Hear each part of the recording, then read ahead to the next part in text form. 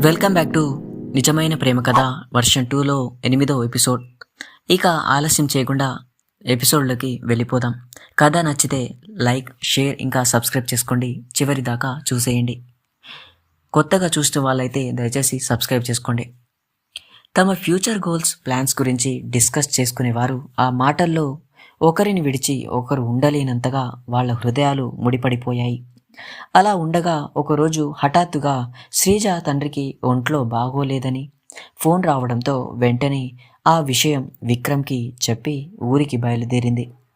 విక్రమ్ ఆమెను బస్టాండ్ దగ్గర దింపి బస్ రావడానికి ఇంకా టైం ఉండడంతో అక్కడ బెంచ్ మీద కూర్చుని ఆమె చేతులు పట్టుకొని, శ్రీజ జాగ్రత్త, ఏదైనా అవసరం ఉంటే వెంటనే కాల్ చేయి, వీలైనంత త్వరగా రిటర్న్ వచ్చేయి, నువ్వు లేకుండా నిన్ను చూడకుండా ఎక్కువ రోజులు నేను ఉండలేను, ఈ 4 ఏళ్లలో కాలేజ్ హాలిడేస్ తప్ప నీకు దూరంగా ఉన్నది లేదు, ఎందుకో ఈసారి మనసంతా ఏదోలా ఉంది అంటూ ఆమె చేతిని పట్టుకొని బెంగగా తన చెంపకు ఆనించుకొని తర్వాత మెల్లగా ఆ చేతిని తన పెదవుల దగ్గరకు తీసుకెళ్లాడు విక్రమ్. అప్పటి వరకు అతని కళ్ళల్లోకి బెంగగా చూస్తూ ఉండిపోయిన శ్రీజ అతని పెదవుల స్పర్శ పడడంతో ఆమె ఒళ్లంతా తెలియని ప్రకంపనకు లోనైంది. ఏదో తెలియని బాధ మనసును కమ్ముకోవడంతో తన కళ్ళల్లోంచి కన్నీళ్లు జాలువారాయి. అది చూసి విక్రమ్, ఏయ్, ఇప్పుడు నేనేం చేశానని అలా ఏడుస్తున్నావు? ఈ 4 ఏళ్లలో ఎప్పుడైనా నీతో హద్దుమీరి ప్రవర్తించానా? కనీసం ఒక హగ్ అడిగినా కూడా అన్నీ పెళ్లి తర్వాతే అనేదానివి. ఇప్పుడేదో కొంచెం బెంగగా అనిపించి జస్ట్ చేతికి అలా కిస్ చేశా, దానికి ఇంత రియాక్షన్ ఇస్తున్నావా అంటూ ఆమె చెంపలపై జారుతున్న కన్నీటిని తుడిచాడు. ఆ క్షణం చుట్టూ ఎవరైనా చూస్తారని కూడా ఆలోచించకుండా, ఏమాత్రం భయపడకుండా ఒక్కసారిగా అతని గాఢగా హత్తుకొని పెదవులపై ముద్దు పెట్టి తను పెట్టిన హద్దుని తననే చెరిపేసింది శ్రీజ. తొలి ముద్దుల్లో తీపి రుచి తెలిసిన విక్రమ్ ఆమెను వెనక్కి జరగకుండా మరింత దగ్గరకు హత్తుకుని ఆమె పెదవులపై గాఢంగా కిస్ చేశాడు. అంతలో బస్ హారన్ వినిపించడంతో వాళ్ళు ఉన్నది పబ్లిక్ ప్లేస్ అని గుర్తుకు వచ్చింది. ఒకరికొకరు దూరం జరిగారు.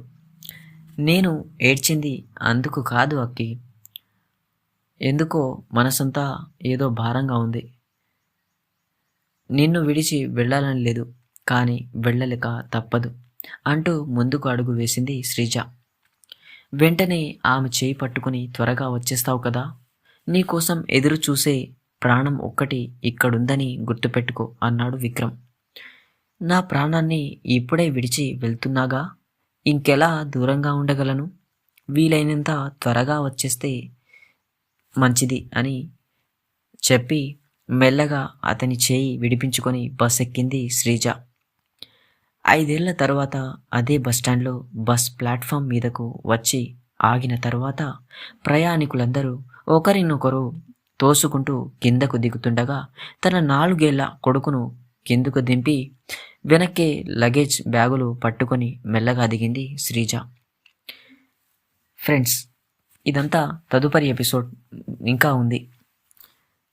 కథ నచ్చితే ఇంతటితో ముగిస్తున్నా. మన ఛానల్ని కొత్తగా చూస్తున్నట్టయితే దయచేసి లైక్, షేర్ ఇంకా సబ్స్క్రైబ్ చేసుకోండి. చివరి దాకా చూసినందుకు తదుపరి ఎపిసోడ్ వెంటనే అందిస్తాను. ధన్యవాదాలు. కథ నచ్చితే సబ్స్క్రైబ్ చేసుకోండి, అలాగే షేర్ చేయండి. ధన్యవాదాలు.